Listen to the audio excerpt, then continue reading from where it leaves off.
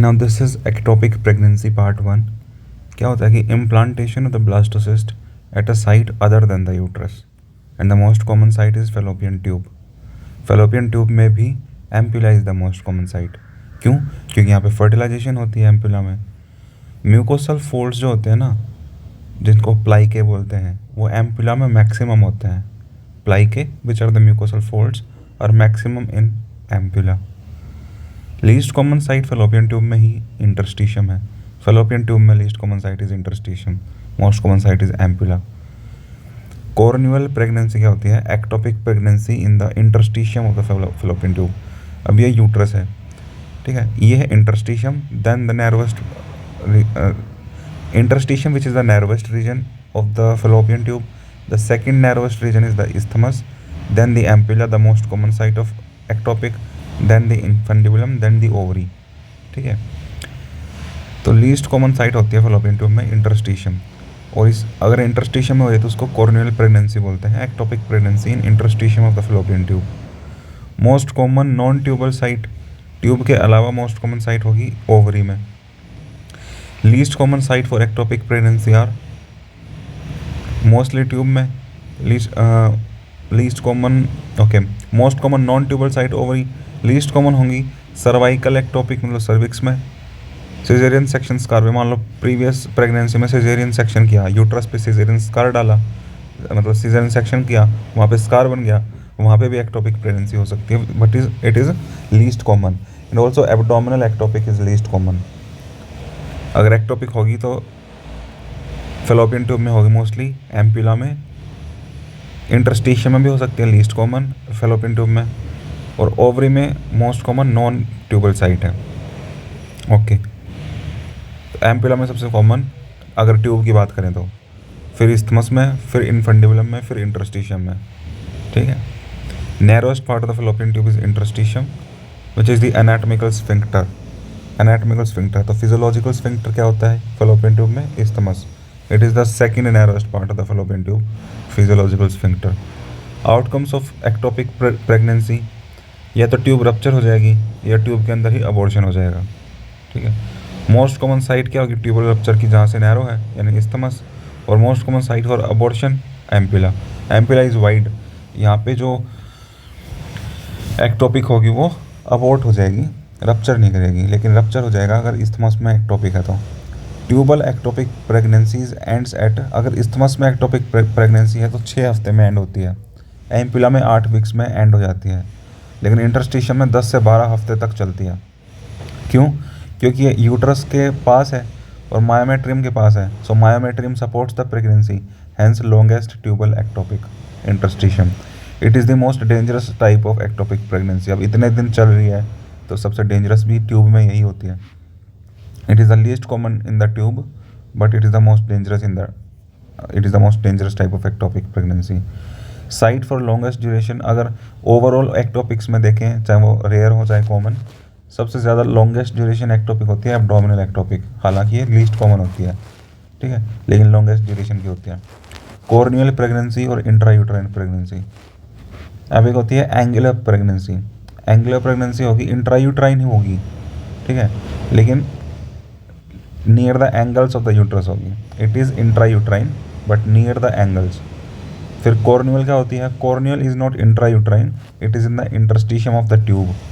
ठीक है, round ligament is the most important structure to differentiate angular and corneal ectopic pregnancy. Round ligament की help से differentiate कर पाते हैं हम कॉर्नियल और एंगुलर प्रेगनेंसी को। अगर राउंड लिगामेंट जो है वो लेटरल है, लेटरल टू द प्रेगनेंसी, तो एंगुलर होगी, और अगर मीडियल टू द प्रेगनेंसी है राउंड लिगामेंट तो कॉर्नियल प्रेगनेंसी होगी। ठीक है, round ligament is anterior, then tube, then posterior is the ovarian ligament. Corneal pregnancy में क्या होता है? Ultrasound myometrium bed is less than 5 millimetre, क्योंकि ये ट्यूब के अंदर होती है, इंटरस्टिशियम में होती है, तो myometrium is less than 5 millimetres. But अगर एंगुलर प्रेगनेंसी है तो अल्ट्रासाउंड पे myometrial bed will be more than 1 centimetres. Earlier considerations of corneal pregnancy, a pregnancy in rudimentary horn of the unicornuate uterus. अब pregnancy in the, तो मतलब क्या होता है कि कॉर्नियल प्रेगनेंसी है ना, तो यूनिकॉर्नुएट यूट्रस में तो रूडिमेंट्री हॉर्न जो होगा दूसरा वहाँ पे हो सकती है, और अगर बाइकॉर्नुएट यूट्रस है तो नॉन फंक्शनिंग हॉर्न जो भी होगा यूट्रस का वहाँ पे हो सकती है cornual pregnancy. Nowadays these are considered as intra uterine pregnancies. आजकल इवन कॉर्नुएट प्रेगनेंसी जो होती है उसको भी इंट्रा यूट्राइन प्रेगनेंसी कंसिडर कर लिया जाता है, and they have the highest risk of uterine rupture. Outcome क्या होगा एंगुलर प्रेगनेंसी का, ठीक है। इंटरस्टिशियल प्रेगनेंसी या फिर कॉर्नुएट प्रेगनेंसी में तो यूट्राइन रप्चर हो जाता है, लेकिन अगर एंगुलर प्रेगनेंसी है तो 80% of the results are live births, लेकिन 20% केसेस में अबॉर्शन हो जाता है। Uterine ruptures are seen rarely in angular pregnancy. Pregnancies associated with uterine ruptures are cornuate pregnancies. So in rudimentary horn of the unicornuate uterus and in non-functioning horn of the bicornuate uterus. And ectopic on the cesarean scar will also lead to rupture of the uterus. Heterotopic pregnancy क्या होती है? It is a twin pregnancy जहाँ पे एक तो intrauterine होता है और दूसरा एक्टोपिक होता है। तो incidences are increasing due to incidences of heterotopic pregnancy are increasing due to assisted reproductive techniques ART management. Surgical management in ectopic and intrauterine pregnancy should be continued. Methotrexate should not be used. Methotrexate नहीं use करेंगे heterotopic pregnancy में, methotrexate will not be used. Risk factors क्या होते हैं ectopic pregnancy के? कब ज़्यादा chances होते हैं? प्रीवियस हिस्ट्री हो अगर ectopic की, this is the highest risk factor. अगर 1 प्रीवियस हिस्ट्री है ectopic की तो chances of ectopic in the next pregnancy become 15%, and if there are 2 previous histories of ectopic, chances of ectopic in the next pregnancy become 30%। Previous history of tubal surgery, अगर tube के ऊपर surgery करी है तो editions बनने के chances हो जाते हैं जिसके कारण ectopic हो जाती है। पेल्विक इन्फ्लामेटरी डिजीज़ है या फिर साल्पिंजाइटिस है। Highest risk in PID is due to chlamydia. Chlamydia leads to production of ProKR2 protein which makes pregnancy more likely to implant in tubes. तो अगर क्लैमाइडिया के कारण पेल्विक इन्फ्लामेटरी डिजीज़ हो रही है तो chlamydia which is releasing a protein called ProKR2 protein, this protein makes the pregnancy more likely to implant in the tubes leading to ectopic pregnancy in case of a PID of chlamydia. Genital tuberculosis है अगर ectopic pregnancy rates are not high, ठीक है, क्यों? Infertility हो जाती है genital TB में, ठीक। एक्टोपिक के चांसेस नहीं बढ़ते हैं, इनफर्टिलिटी के चांसेस बढ़ते हैं क्योंकि ट्यूबल डैमेज जो होता है it decreases the spontaneous conception leads to infertility. Endometriosis में there is a theory of retrograde menstruation, वहाँ पे भी क्या होता है, रेट्रोग्रेड मेंस्ट्रुएशन के कारण एंडोमेट्रियोसिस में एक्टोपिक प्रेगनेंसी देखने को मिलती है। फिर अगर किसी भी चीज़ के कारण PID हो रहा है पेशेंट में तो उससे एक्टोपिक होती है। क्या रीजंस हो सकते हैं PID के? मल्टीपल सेक्सुअल पार्टनर्स हैं leading to PID leading to ectopic. Cervicitis है, सर्विक्स की इन्फ्लेमेशन है leading to PID leading to ectopic.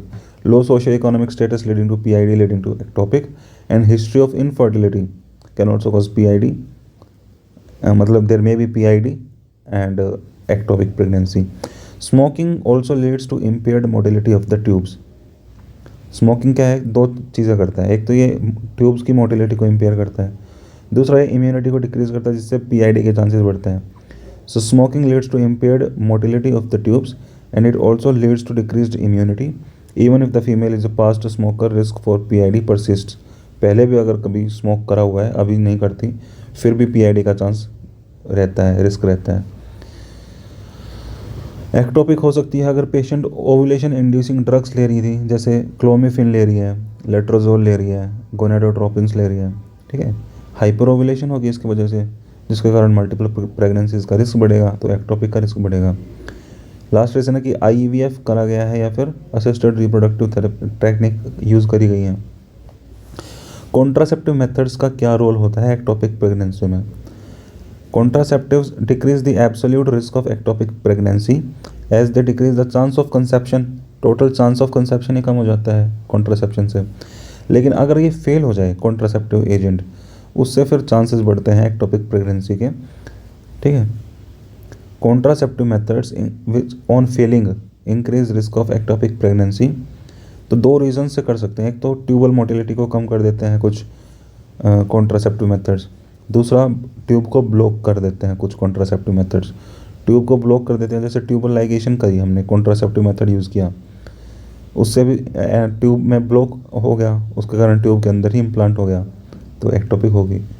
या फिर कॉपर टी यूज़ करी, जिससे भी ब्लॉकेज ऑफ ट्यूब हो गया, तो tubal ligation and copper T lead to blockage of the tube, and these are very important contraceptive failure which lead to ectopic pregnancy. Similarly, some drugs which decrease the tubal motility like progesterone containing contraceptive, progesterone only pills, progesterone IUCD, Mirena and OCP. Contraceptive methods में सबसे common reason जो ectopic करवाता है वो है tubal ligation, laparoscopic more than hysteroscopic, then the progesterone IUCD which is the Mirena, then the copper T, then progesterone only pills and then the OCP। Clinically कैसे present करेगा patient? Triad होगा, abdominal pain will the most consistent symptom, amenorrhoea will be there, vaginal bleeding will be there, similar to abortion. Abortion में भी vaginal bleeding होती है, लेकिन abortions present mainly with bleeding, उनमें pen कम होता है, एमेनोरिया नहीं होता, ठीक है, मतलब amenorrhoea symptom is not that important.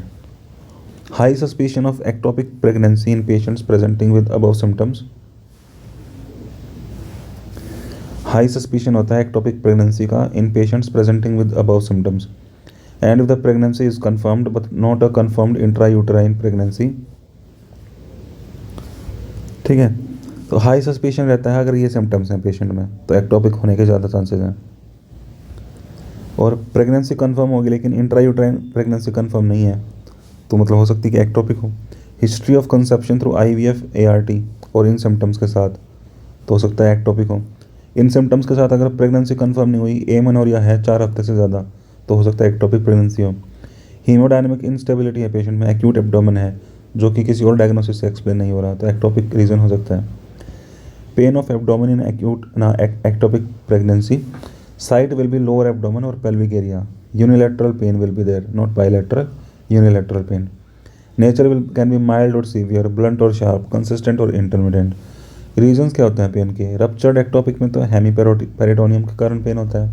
अगर एक्टोपिक प्रेगनेंसी रप्चर कर गई है तो hemiperitoneum can happen which can lead to pain. Haemoperitoneum यानी ब्लड कलेक्ट हो गया है पेरिटोनियम कैविटी में, उसके कारण पेन हो रहा है। और अगर अनरप्चर्ड एक्टोपिक प्रेगनेंसी है तो उसके कारण भी पेन हो सकता है। क्यों? Due to the stretching of the tubes which leads to irritation of the nerve roots T11, T12 and L1। इन तीनों नर्व रूट्स के इरिटेशन की वजह से पेन हो सकता है। In case of ruptured ectopic there will be abrupt onset of severe pain. Pain of middle और अपर एब्डोमेन, ये भी हो सकता है। लोअर एब्डोमेन तो देख लिया हमने, मिडल और अपर एब्डोमेन में पेन क्यों होगा? This is seen in cases of intra peritoneal blood which reaches upper abdomen. तो इंट्रा पेरिटोनियल कैविटी में ब्लड आ गया जो कि अब ऊपर आ रहा है, तो in abdominal ectopic pregnancy pain में be present.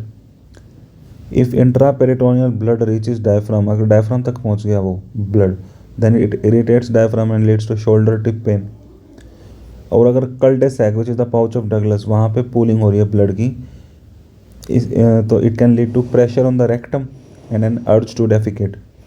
So history indicating ruptured ectopic is shoulder tip pain, syncope attack और postural hypotension and urge to defecate, ठीक है।